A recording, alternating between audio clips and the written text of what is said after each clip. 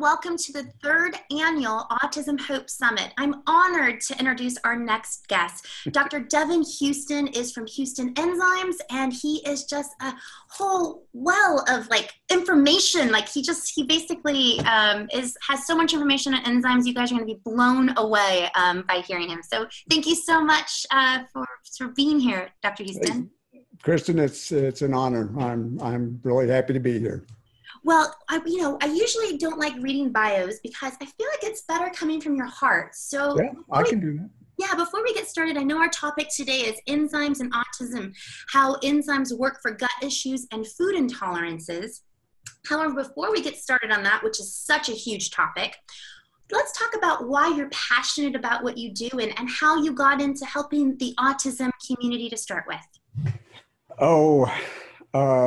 Passion is something that I didn't really experience till later on. Being a scientist, I was always in academic type settings and, deal with facts and science and those type things. And it wasn't until about 1997 when I got out of academic medicine and started working for a private industry and a manufacturer of enzyme supplements that I started attending conferences based on certain customers that we had. And one of those customers was very involved in the autism community.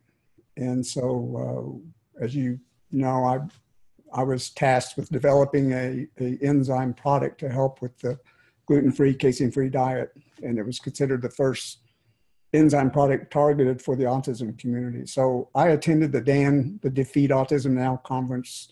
That was my first contact with families that were dealing with autism. I had never really been personally affected by autism and didn't really know anyone with a child with autism. So it was a real eye-opener because I saw so many parents that dealt with such a stressor, and it was 24/7. And the company that I developed the product for was introducing and launching this product. And it was amazing, the response to it. And I just remember so I'll never forget her, and I wish I knew her name. But there was this small, short mom. She was young, and she was sort of at the edge of the crowd of people trying to throw money at us and buy the product. And I sort of, while the others kind of were handling the crowd, I kind of sauntered over and saw that she was crying, and I asked if she was okay. And she said, she kind of nodded and says, she says, I'm just kind of overwhelmed because we're already spending $400 to $500 per month on supplements, and now they tell us we need this enzyme product. And I just kind of felt so bad. I grabbed a bottle and kind of snuck it over to her and told her, hey, don't tell anyone I gave you this. But it just hit me. I remember going back to my room and just feeling so, I don't know, sort of guilty and glad that I didn't have to deal with this. And anyway, the response to the enzyme product was so amazing that I just became a little bit on the obsessive side of trying to understand what was going on, why enzymes were helping. I didn't realize the importance until it was actually out there. So it just got me more involved in the autism community, online and in person. And it was just a whole game changer for me. So it kind of made me want to go out and make even better products than that first product, which we did, and continue to stay with this group. And I mean, when I started my own company, this was even before I started my own company. And that was part of the reason I did start my own company, was I had a sort of a basic disagreement with how the company was marketing the product. And I felt I could make something better than my initial attempt because, to be honest, I didn't know that much about autism and diet at the time. So that was why I started my own company, so I could have the freedom to make the improvements in the products that I thought were needed.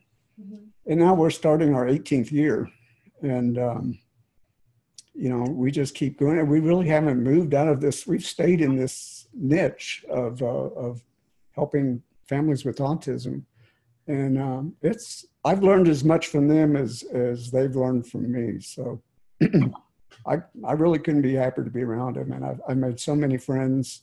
You know, they're not just customers to me; they're my friends, and I email and talk to them whenever. So,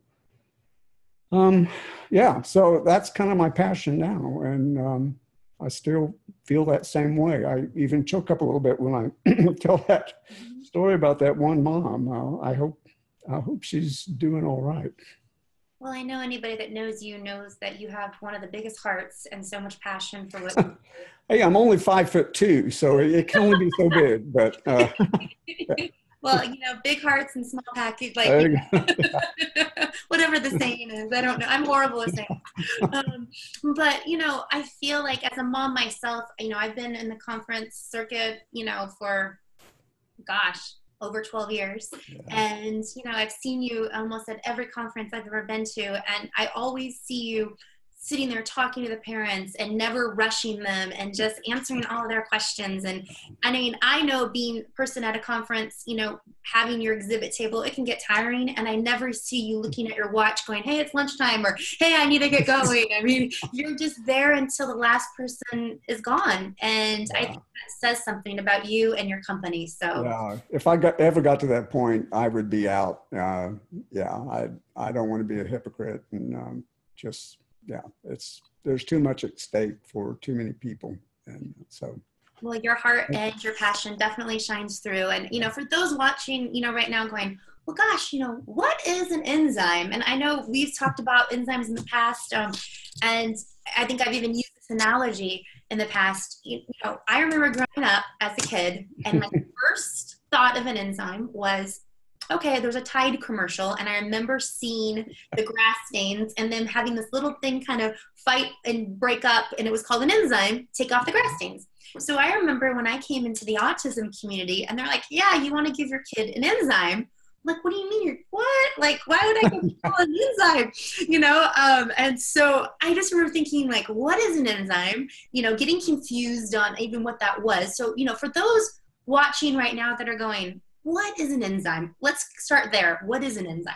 Yeah, that's always the first or second slide in my PowerPoint is trying to explain what an enzyme is, and it's not something that people connect any kind of a medical issue or health issue with when you say enzyme. And you're right, enzymes are used more in the food industry and baking industry. And like I said, laundry detergents, contact lens cleaners, that type of thing. But regardless of what they're used for, they do certain things. And the textbook definition of an enzyme is that it's a specialized protein or a catalytic protein that accelerates a chemical reaction or makes it work under conditions that are suitable for life. So that's a fancy way of saying that enzymes cause things to happen, especially chemical reactions on a molecular level. And if you think about it, every living organism, whether it's a small virus or a human or any other type of animal, we've got thousands of processes, chemical processes going on in our bodies all the time. And every one of those is regulated or controlled by an enzyme.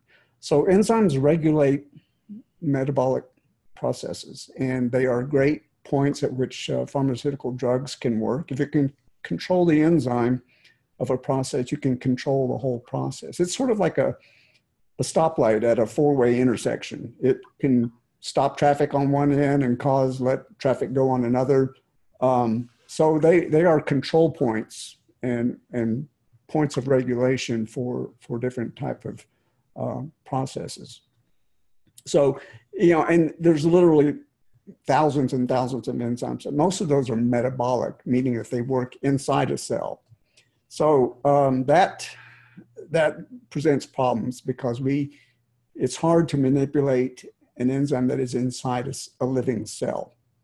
But what we talk about, what you and I know when we talk about enzymes, we're talking about a very small subset, 20 or 25 enzymes that are known as digestive type enzymes.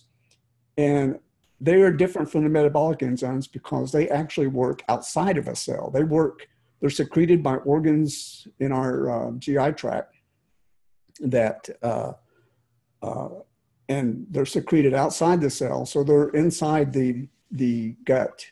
And so they work on the food that's there, and they're not inside cells. So that way, that means we can actually take a digestive type enzyme orally and have it work in the stomach and the intestinal tract. So they do make, these are good ways to modify diet, modify the digestive system. And so, yeah, that's basically what they do. Enzymes support digestion of all foods, proteins, carbohydrates, and starches and fats, or all the basic three food types are things that what enzymes work on. Now, why would somebody that's on the autism spectrum, whether them being an adult or a child, why would they even want to consider enzymes? Good point. To be honest, when I was in medical school and doing research, I worked with metabolic type enzymes. In fact, I remember in grad school, we were told, you don't want to look at digestive enzymes or pancreatic enzymes. They're just boring. We already know what they do. And so it wasn't until I took a position at an enzyme manufacturer that I started taking enzymes, because we had them all around. We had a cafeteria, and so we had all these bottles of enzymes on the tables. So I said, well, why not? I'll try it. What the heck? I knew they were safe. They couldn't hurt me. And I was actually rather amazed that how much better I felt. And these were actually not that powerful. They were on the low side of potency. But yeah, I had less gassiness. I didn't feel as tired after a big meal. And it seemed like the food got out of my stomach quicker. And I always had some issues with raw food, raw vegetables, leafy vegetables would always kind of mess up my digestive system. And I didn't have that problem. I was lactose intolerant, and I find I could go back and have a bowl of ice cream or a milkshake if I took a lactase enzyme. So it was rather surprising. And so I saw a lot of good out of those. Now, so that would be for what we call the neurotypicals, just everyday people. They can get some type of thing. And I knew that after a while that, okay, these are mostly good for bloating and gassiness. And, if you eat a lot of beans, you want to make sure you take enzymes so you don't have to skip that social gathering. But it was amazed. No one was more amazed than I was when that first product for the autism community came out, or when we put that together and they started testing it just in informal trials, just handing it out to parents and letting them give feedback.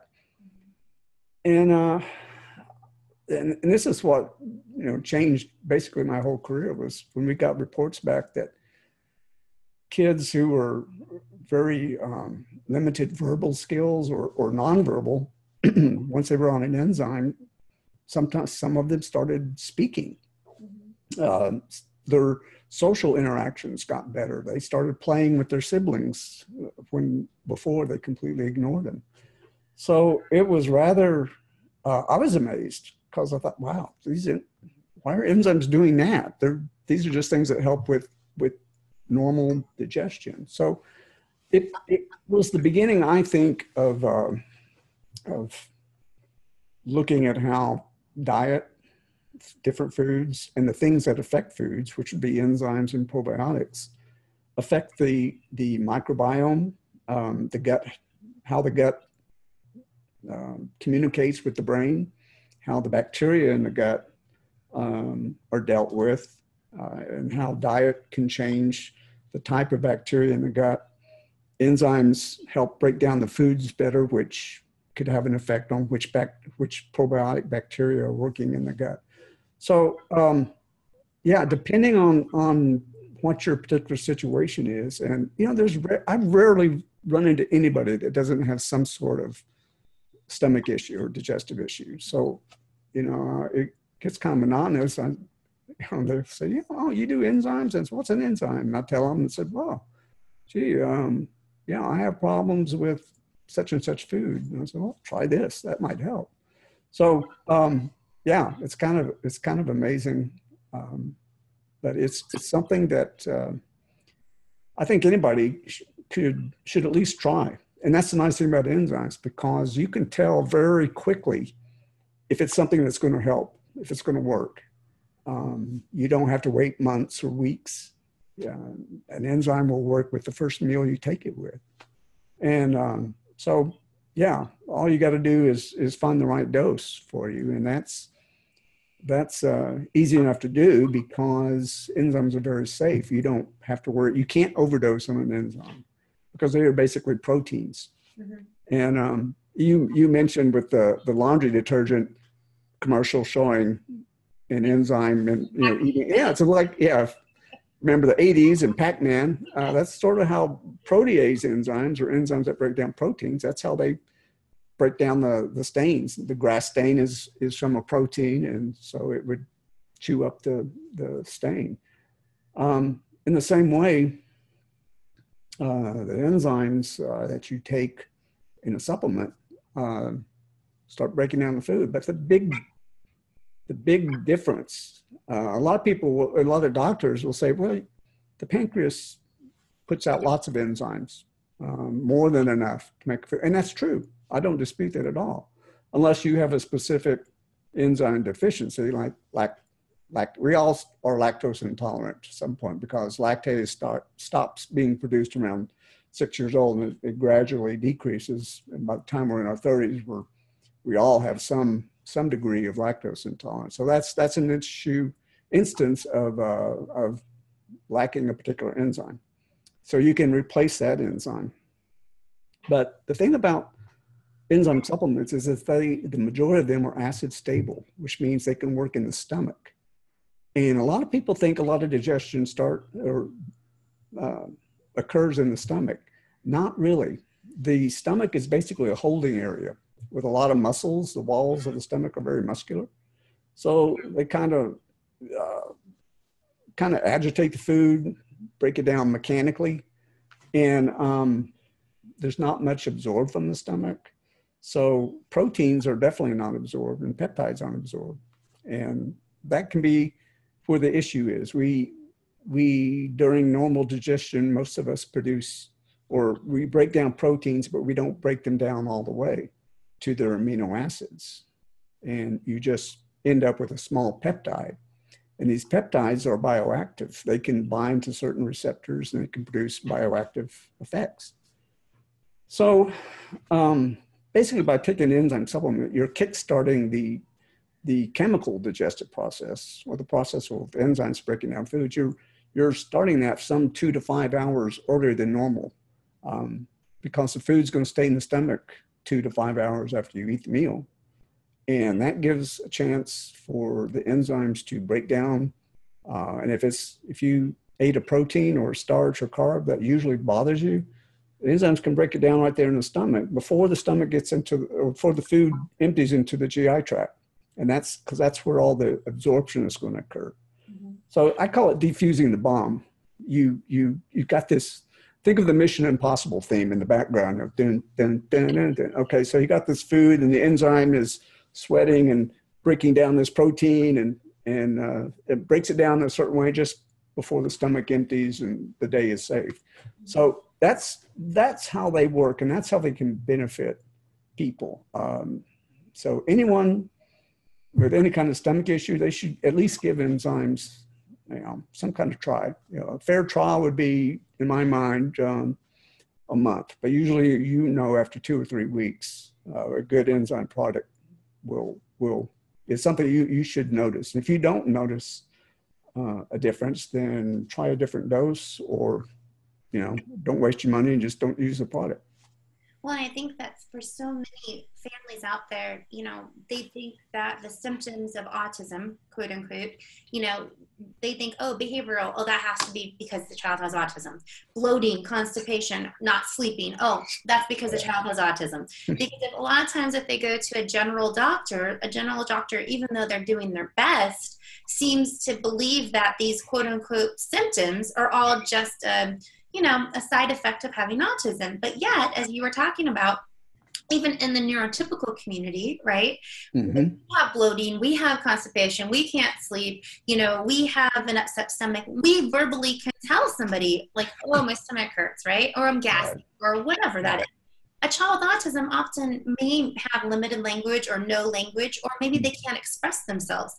And so, by giving that child that enzyme, all of a sudden their body starts to feel better if they are a candidate for whatever. I know, here's the thing, I wish there was one thing that worked for every single person. And yeah, that'd be nice. I'd be screaming it from the rooftops. But for the most part, if you have a good quality enzyme, it should work for that person in some fashion, right? Right. And so when a child's starting to feel better, all of a sudden, oh, wow, that child's not as aggressive, or, oh, wow, that child's pooping, or, oh, wow, that child's sleeping. Wait a second. I mean, they didn't do that just because they had autism. No, they couldn't maybe tell you that they weren't feeling good. Right. You know what I mean?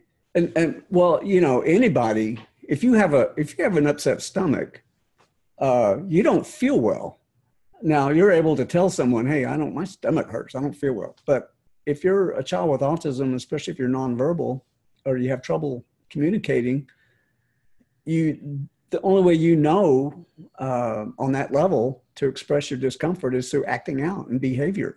So you see them, sometimes running makes them feel better. So they run around the house, you see them pushing their stomach on the couch, on the back of the couch or the arm of the couch. You see them laying, and that pressure on their stomach is helping to push the gas out that their tummies are producing. So yeah, if we kind of just sit back, and even the doctors, if they just kind of realize, well, when my behavior is not that great, when my stomach is upset, so why don't we, say that the kids with autism, that's because they're having some pain in their gut or some bloating or gassiness that's making them uncomfortable. Well, and I think that, traditional doctors still, they know, obviously they clearly must know what a digestive enzyme is. I just think that they're still catching up because they didn't specialize in autism. And even gastrological doctors, honestly, I remember taking my son to one when he was right under 3, and he was having constipation issues, and I remember them telling me, and for anybody watching this, I think this is so important. I remember the doctor looking at me and saying, my child is holding his stool on purpose because he had autism. And he was forcing this issue, like his stomach was like so swollen and bloated, and they said, no, he's doing that on purpose because he has autism. And yet I live in Southern California, and I have access to some pretty great hospitals, and I had gone to one of the best children's hospitals, to one of what they said was one of the best gastrologists, and this is what they told me. Sure. And yet when I found out that, whoa, that's actually not true, and I was able to find enzymes, and I was able to find the right diet, and was able to find, all of a sudden, it's amazing, the kid pooped, right? Mm-hmm. Yeah. Like, imagine if I would have listened to this doctor. So anybody watching right now, first of all, if you have a doctor that says that, you really need to find a new doctor, and don't listen to that doctor, because I do not believe that our children are purposely wanting to be in pain and not go to the bathroom. And so I think that is an old school way of thinking. I don't know why they ever thought that way to begin with, but for whatever reason, that happens. Now, we talked about, why somebody should maybe, look at an enzyme. Some of the clear signs you talked about before is constipation, maybe some bloating. I know, like, lack of sleep, sometimes dark circles under the eyes, red ears if the child might have phenol issues. Anything I'm missing there? Is there any other signs that come to mind? Yeah. Yeah, that's kind of interesting. The red cheeks, red ears, the shiners, the black smudges on the eyes. That seems to be related more to some kind of reaction or intolerance to fruits and vegetables, certain fruits and vegetables, especially the highly colored fruits and like strawberries, blueberries, those type of things, or citrus.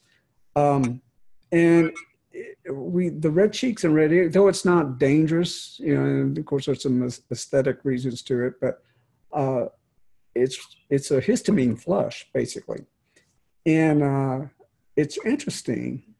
And I remember I developed an enzyme particle to sort of address the polyphenolic intolerance issue, and I got a phone call from a mom, and she said, I just gave my little boy, my 5-year-old boy, could never tolerate citrus. And so he can't remember having an orange. And this enzyme helped him be able to, he's holding an orange, and he's literally jumping around the kitchen because he gets to have an orange.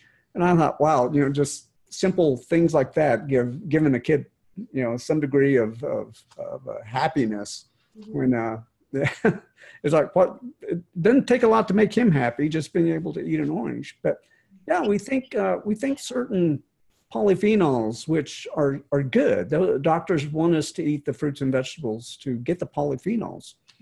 But if you can't tolerate them, and I think my working hypothesis is that most polyphenols from plants do have a carbohydrate group attached, and that group has to be cleaved off the polyphenol before it is absorbed through the gut wall. If the enzyme that removes that sugar group is not there, then the polyphenols just sort of accumulate and jam up at in the metabolic process somewhere, and that may be what's triggering the histamine effect, and that's why you get the red cheeks and red ears. And even adults, I've seen at conferences during the evening when everybody kind of blows off steam and parties and stuff. I've got a group of moms that really love their wines, and some of them can't tolerate. Yeah, you know nothing about that, Chris. And but yeah, I see them, and they would have this problem of drinking a red wine, a Merlot or such, and get a huge histamine flush or a slight headache.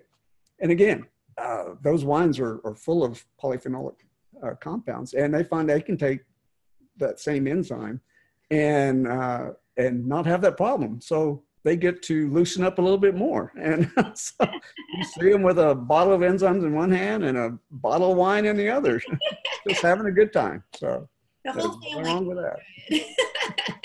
Now, I know that there's just so many enzymes out there, and sometimes it can get confusing on, where do I start with my child? Where do I start when I'm looking at an enzyme? What recommendations, how do they know, where to even begin? Yeah, good question. Other parents who've already been there, done that are a good resource. But the thing is, if you can associate a particular food with a particular intolerance or behavior, and sometimes that's a little hard to do because the behaviors can be delayed, or even the gut response can be delayed several hours past the meal that caused the problem. But if you can pinpoint the particular type of food, is it a protein? Is it a starch? Is it a fat that's causing the problem? Then you can look at finding an enzyme product that has high amounts of those type of enzymes that break down those products. So if you have a problem with gluten, casein, soy, any other food protein for that matter, whether you're on the gluten-free, casein-free diet or not, the enzyme doesn't care where the protein comes from, whether it comes from wheat or dairy or whatever. It'll break it down. So if it's a protein, take a high protease enzyme supplement. Proteases break down proteins. Carbohydrases break down carbohydrates and starch. So if you see your child tummy is sticking out, protruding after every meal, and is just toots a lot, and sure sign of bloating and gasiness, maybe dysbiosis. And a lot of, got to remember, gut bacteria love to feed on undigested starches and carbs, and they tend to lay around the gut. And the enzymes that you produce in the gut should be breaking those carbs down to simple sugars, and the simple sugars are then rapidly transported out of the gut.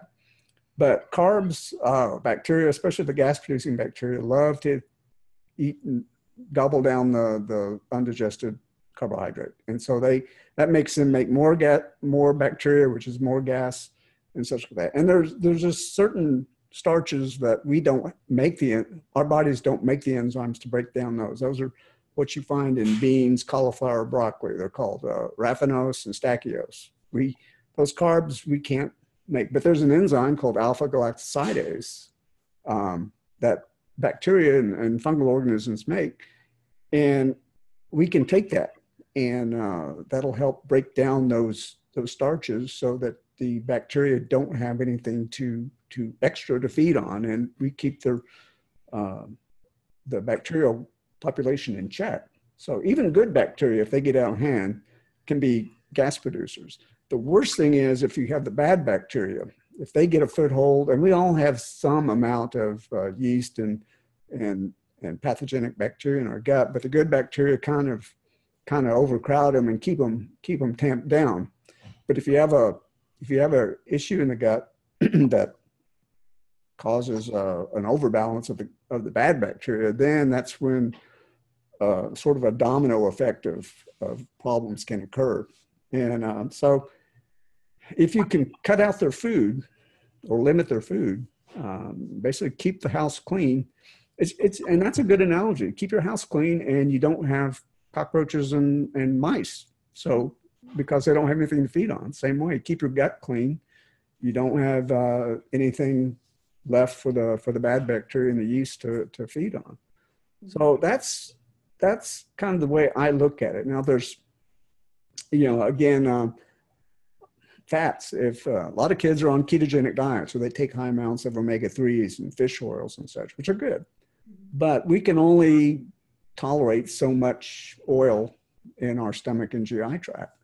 And again, if you take an enzyme supplement that has lipase, which is the enzyme that breaks down fats, it's going to break it down in the stomach. Whereas if you didn't take it, it would have to wait till the stomach empties, which is difficult because fats actually cause our stomachs to not empty. So it prolongs the time before the stomach empties. So that's why you eat a lot of fat, especially at night, and your stomach feels full and you get reflux and heartburn.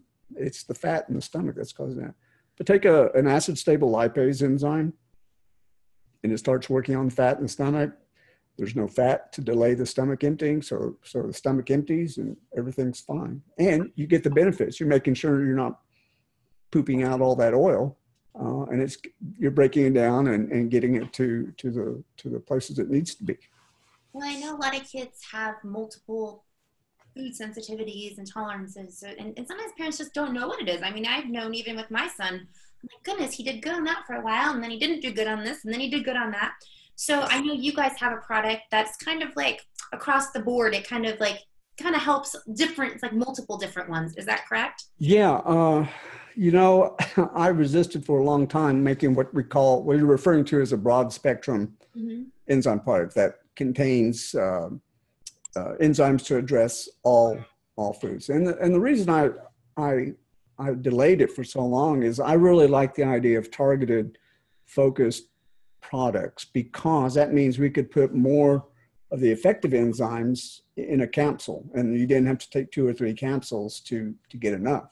So, but it wasn't just customers who were tired of buying 2 or 3 bottles and filling up shelf space. It was doctors too, who are always stressed for time with patients, and it's a product we can just say, take this and it'll take care of everything, so we don't have to explain what each enzyme does, and So yeah, we developed an all-inclusive product called Trienza that is our most popular product actually. So yeah,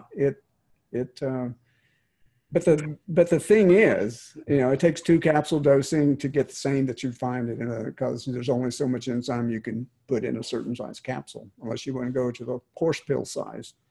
But you sort of choose, and it wasn't that difficult for me as having worked for enzymes for 30 plus years, to figure out which dose, how much of each enzyme to put in that capsule. But it's a fixed, what we call a fixed dose. I like the targeted and focused enzyme products because you could just mix and match. Take as many, if you had a high fat meal, you could take more of your lipase enzyme. If it was more of a starchy pasta meal, you take more of the carbohydrates. But the broad spectrum is a good compromise. So if you don't know, you're just not sure, then you can always take the broad spectrum enzyme, and you can always narrow it down later. You can try enzyme products with not as many enzymes in there and see if you get similar results or not. Well, and I think that, people don't, and I want them to understand this if they don't understand this, is that enzymes, as you said, they don't go wasted in the body. They're going to find something, to do.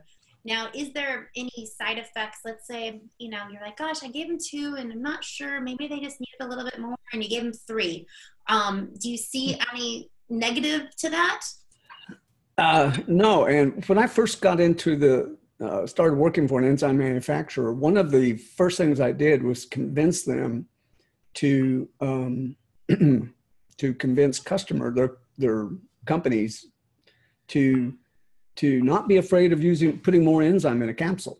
It was almost like they were thinking of enzymes as a drug, that, we better not, we can only, used to using this amount and not more. I said, no, let's put less filler and put more enzyme in a capsule. And because you're more likely to get a good result from your customer, and then they're more likely to buy the product because it made a visible difference. So yeah, and the reason I can say that, knowing these enzymes are simply proteins, and you can't, there's no way an enzyme protein can have a bad effect or side effect. It's like, how much chicken meat can you eat, or chicken protein or soy protein or whatever.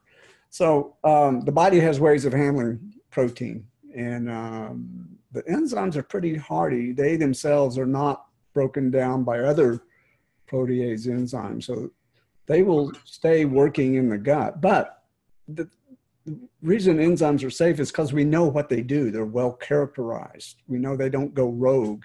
A lactase enzyme only works on the sugar lactose. It doesn't do anything else. And if you take a lactase enzyme and you don't eat any dairy, or there's no lactose around, it's not going to do anything else. It's just going to float around stay in the GI tract, and eventually way down in your colon. Some gut bacteria enzyme may break it down, or it just gets excreted with normal waste. So we always encourage our customers to experiment with the dosing. We have to put a dose on the bottle, on the label, and because we're mandated to do that by FDA. And but we always say, if that doesn't work, try more. Start small and work up. And the only detriment is if you have to use a lot, is to your pocketbook. So then, if that's the case, call us. We'll work out something. Well, now what happens if a child, like I know that my son for the longest time couldn't swallow a capsule? Would you recommend, first of all, how do we give it to somebody who doesn't swallow a capsule? And when's the best time to take it in time? Yeah, we got that complaint that, my kid doesn't swallow capsules. And so you can get enzymes in a tableted form or a bulk powder form, and that's okay, but you do have to be careful. The one thing about enzymes, being proteins, they are potentially allergens. Any food protein can be is a potential allergen. So if you have to open a capsule, you can mix the enzyme powder with into your drink or right into the food. Hasn't have that much of a taste, and it's easily masked by the food. Almond butters, peanut butters, honey, jellies, all that are good. You can even, if you want your child to take a enzyme at school lunch, but the school's kind of leery about you bringing capsules or putting capsules, just open up the capsule and mix it in, say with the jelly on a sandwich, and it'll be good for 4, 5, 6 hours before lunchtime, and gets their enzyme dose right there. Again, we do, if you have to open up a capsule, just be careful that you don't inhale the powder or rub it in, get it in your eyes or such like that. Just use some common sense on that. Tablets, I get a little aggravated with the chewable tablets because you have to find a flavor that most people will like. And you have to compromise with tablets because you have to put extra binders in there and flavors, and we use natural flavorings because people don't like the word artificial, even though natural flavorings can cause problems in some people just as much of an artificial flavoring. So there's some compromises with the chewable tablets, and I always urge people, if you can get that kid to swallow a capsule, you're way ahead of the game. And but there are always ways around it. So yeah. Well, one tip as a mom I can give people, for my son now swallows capsules, which I'm very excited about. It was years of making, but it happened. So yay to that. I remember when we did have to open up the capsule and put it in a little juice, or after a while we could actually just put it in water because that child was used to taking anything and everything at that point, right? But what I noticed was he started to get like a Joker kind of mouth, where like his yeah. And what happened was we learned, and I know you know this, is that the dead skin cells was actually being, like, the enzyme was attacking that, which wasn't bad, but also worried me in the beginning. We found a very easy solution. So if this is happening to you guys, or if you are opening the capsules and you're right there and you're giving it in juice, and we used a straw, but even that, the saliva. But all I had to do was this was so easy. I couldn't believe it took me this long to figure it out. You just take a little chapstick, and you can put the chapstick on the child's mouth to create a barrier, and you don't have to worry about it. Some people don't like chapsticks. You could use a little olive oil. You could use a little coconut oil. For us, we found a gluten-free chapstick. It was super simple, and never had that problem again. Just giving that kind of advice out there for people that, for me, it took several years. So now you don't have to wait that many years, guys. Actually, that comes up, seems like every couple of weeks, and you get to see, that worked. So, get a little Burt's Bees and put it on there, or just wash their mouth real quick. But yeah, it's why I don't really like to eat raw pineapple, because it same thing, the enzyme in the pineapple, or fresh pineapple, breaks down that layer of dead cells in your mouth, and it feels like sores and irritating and such. Well, same way if you have raw enzyme dissolved in a food or drink, same thing, but it's not harmful. How quickly sores in the mouth heal. That skin, those skin cells turn over very, very quickly. So you always have that layer of dead cells, but once it gets removed, then it's a little irritating if you have something like the enzyme hitting on it. Now, when do they take the enzyme? Like, do they take it right before the meal? What if they forget to take the enzyme? Can they take it when they remember? What's your recommendation? Yeah, the good thing is just keep in mind that you have that window of opportunity, that the food is going to sit there in the stomach for the most part, for most people. And so the best time is to take it right before the meal. So I always recommend just you don't have to refrigerate the enzymes, just keep them on the table right there. So you'll see it and say, gotta take the enzyme. But if you ate a meal and, didn't take it, you can always take more.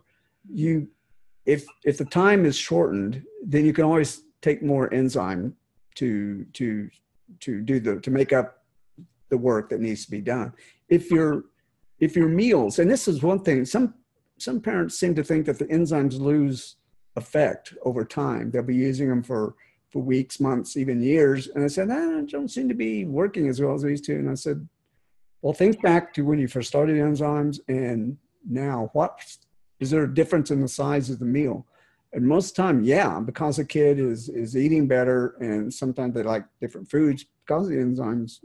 They're eating more food, but they're keeping it. They had kept the enzyme dosing the same. I said, up the dose of the enzyme because he's eating more food. You need more enzyme to do the work in the stomach.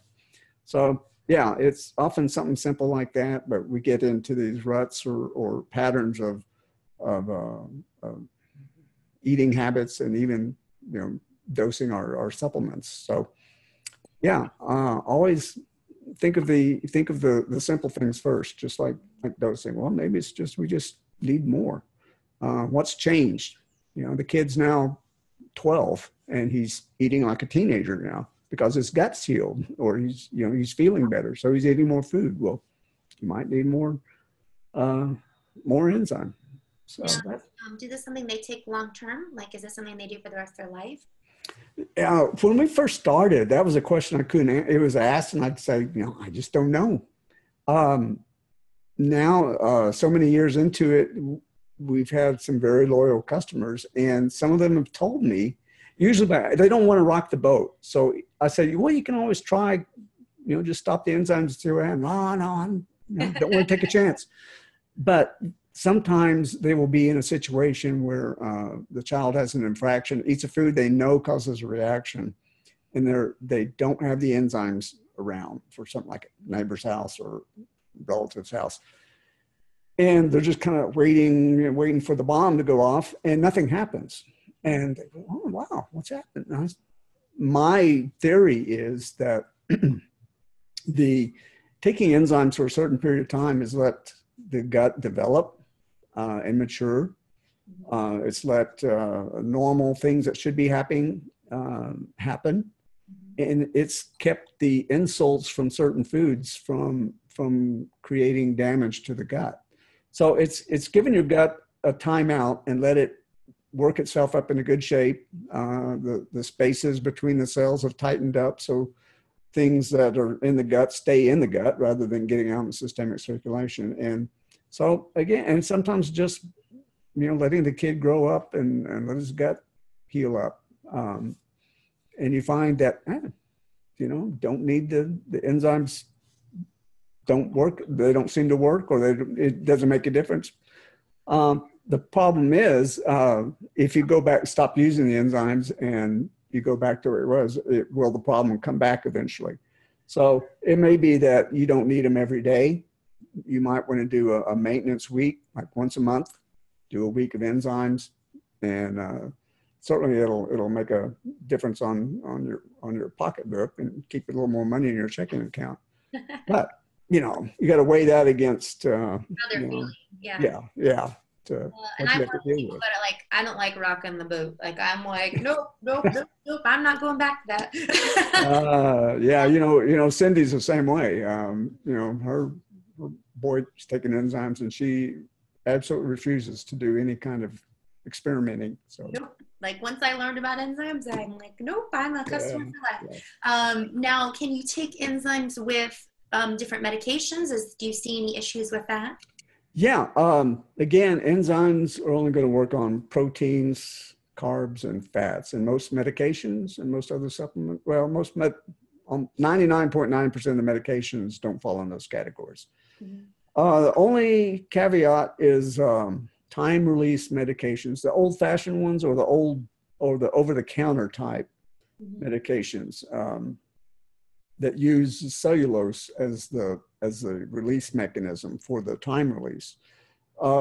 If that's the case, you have to avoid what we call cellulitic enzymes that break down cellulose. So if you see on the inactive ingredients on an over-the-counter medication, it's time release, and it says a lot of hypermellose or methylcellulose, that type of thing. You may want to avoid enzymes that have cellulase or xylanase, because they could break down the medication and cause more release. Now, prescription drugs, especially those that have critical dosing that are time release, use a non-cellulose type agent for the time release. But to be on the safe side, you should ask your doctor about that, or just avoid enzymes that break down cellulose, that type of enzymes. Proteases are fine, lipases are fine, and amylase, and most of the other enzymes are fine, but there's just a couple you'd have to avoid just to be on the safe side. Now we get a lot of questions asked about, probiotics and enzymes, like, oh, I'm already taking one of those pills. I take a probiotic. And you're like, well, no, they're different. A lot of people don't really understand the difference. So let's just briefly explain, what the difference, because guys, they aren't the same. Probiotics are different than enzymes. But let's explain that so they can understand what the differences are and can you take them together? Yeah, probiotics are living organisms, bacteria. Enzymes are not. Enzymes are proteins. The interesting thing is that the probiotic bacteria, one of the main things they produce that's helpful are enzymes, other enzymes. And so, but for them to produce enzymes, you have to make sure the probiotic takes hold in the gut or colonizes the gut sufficiently to produce the right enzymes. And it's hard to know if a probiotic is working, because certain probiotics, depending on the individual, will work better in certain people's guts, and there's a difference. So what one species that works in one person's gut may not work in another. So it's kind of a hit and miss thing. But the thing is that if you take an enzyme supplement, you're sort of cutting out the middleman. You're cutting out the probiotic. You don't have to worry about establishing a colony.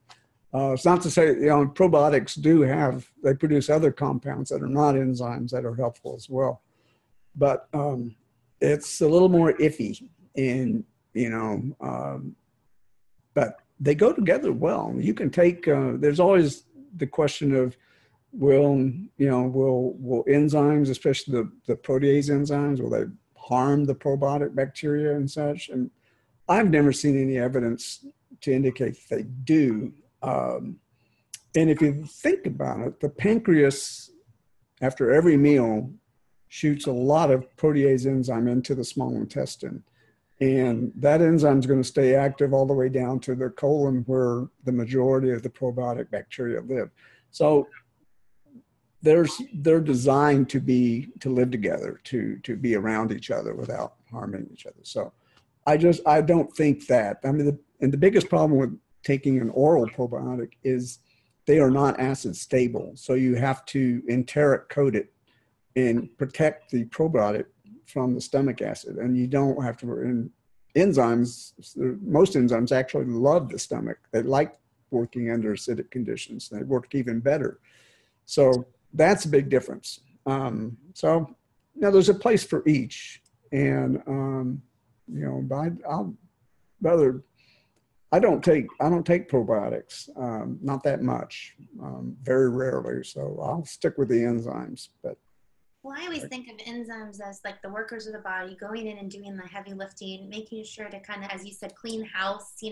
I do think the little Pac-Man kind of go in. I think of, probiotics almost as though, think about when you're planting like a field of flowers or grass or seeds. Mm-hmm. I almost think of a probiotic as those are like the good seeds going in, like the good bacteria to kind of like help flourish, where the enzymes are like, hey, we're here, we're going to clean up. And, exactly. And they're making sure that everything's clean, and the probiotics are kind of saying, okay, well, if you're not having enough good bacteria, we're here as your good bacteria. Exactly.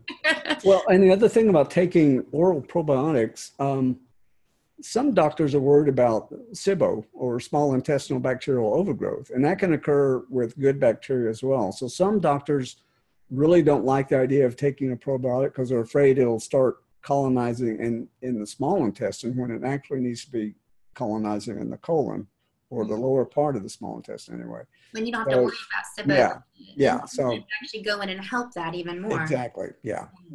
Well, I feel like I can't believe how fast an hour goes by with you. I love talking about enzymes, as you know. So sure. Yeah. I hope that everyone that was watching just feels like they got, I think they did. I can't imagine they didn't, but they feel like hopefully you guys got a lot out of this. I hope you guys learn more as, your journey goes on, because there's so much more to learn about enzymes, but this is just the basics of, why should we take an enzyme? How do we take an enzyme? What is an enzyme? If you guys want to learn more about, what different protocols that are out there. If you missed last year's summit, we did do an interview with Dr. Houston last year as well. There's so much information out there. I know it's a lot to take in. We want you guys to know you guys can buy the package and have it for the rest of your life. And you can buy last year's package. All you have to do is go to autismhopesummit.com and learn more there. We are so grateful to you, Dr. Houston, because you're giving everybody that is watching a free gift, which is 20% off, which, as all of us moms know, how much do we love coupons and sales? We love it. So you were giving us 20% off retail price of one bottle of enzymes, which is just so generous. It's a great way for you guys to try it out. See if it works. Try this and see, okay, maybe that didn't work. Maybe I need higher doses. The nice thing about Houston Enzymes is you can call them. They're awesome on the phone. They'll answer your questions. They'll help kind of navigate you to where, which product you might need to buy. So thank you so much for that awesome gift, Dr. Houston. And thank you so much for your time. Oh, anytime. No, I appreciate your hard work, Kristen. Well, I appreciate people like you because I remember meeting you in the beginning of my journey, and I'm still on my journey. Now, what message can we leave families with that, either they're brand new starting this or they're veterans? They've been doing this for years. Sometimes even doing it for years, you can lose a little bit of hope, So what message can you I remember when I first started lecturing and giving presentations, I thought I would be able to move away from Enzymes 101, the basics, to the more involved. And really, I haven't, unfortunately, because autism is still around, and the food intolerances and digestive issues that associate with it are still with us. So, but I just say to these newbies, it's scary, but there's a lot more help now than there was 10 years ago, 20 years ago. So the resources, there's a lot more research out there. And with all the emphasis now on the gut microbiome and research on the gut as a focus for autism research is very, very encouraging. And as you know, Kristen, parents of children with autism are skeptics, and they don't use something that doesn't work. And since you've been in it, and I've been a little bit longer, we've seen a lot of things come and go. Things that we thought were the magic bullet or the one thing that would help, and then they disappear. We've seen companies come and go, but we're still here after 17, 18 years. We're still here, so that counts for a lot. So there are resources, and you just have to do a little bit of work, and and don't give up hope. And you got to come to a conference. You got to meet these other parents, and you'll get inspired and encouraged to keep going. So I think that's great advice. And guys, remember, there is hope, and this whole summit's about hope with a plan. So we're not just saying hope, hope, hope. We're saying here are some resources. If you're in your pajamas watching right now at 2:00 in the morning, we love it because we know that you're learning something, and these are valuable tools. I can tell you from my experience, my son just turned 16 this week, which blows my mind away. And I'm never giving up, and I don't care what age our child's at. I don't care if our child's 2. I don't care if our child's 22. There is so much hope, and there's so much help today. And as we continue on this journey together, we're all learning together. We're learning new protocols. So just never give up, as you said, Dr. Houston. And thank you so much for being here again. You're very welcome. Anytime. Thank you guys for watching. Till next time. Bye, guys.